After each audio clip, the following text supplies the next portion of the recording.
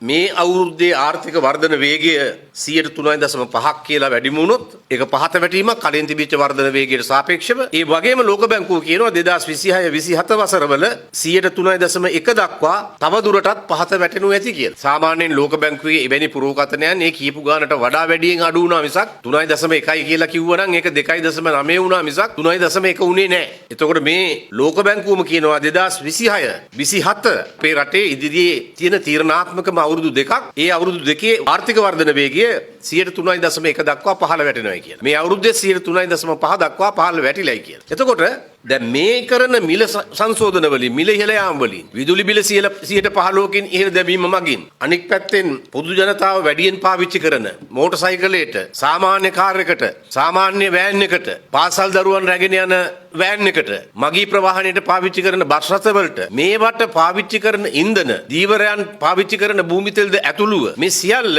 තාම අසාධාරණ ලෙස ඉහළ මිල ගණන් වලින් එකවර උඩට දැම්මම අර ඒක එකතු වුණාම ආණ්ඩුව දැනටමත් වැඩි කරලා තියෙන මේ මාසේ අන්තිමට එන බිලට එකතු වෙන 15% විදුලි බිලේ වර්ධනයටත් එකතු වුණාම මේ රටේ පොදු ජනතාවට ජීවත් වෙන්න හුස්ම ගන්න බැරි වටපිටාවක් නිර්මාණය වෙන එක වළක්වන්න බෑ. පුනරුදය අද කරන්නේ මේ රටේ මහ ජනතාවගේ උගුරු දණ්ඩ මිරිකන එක.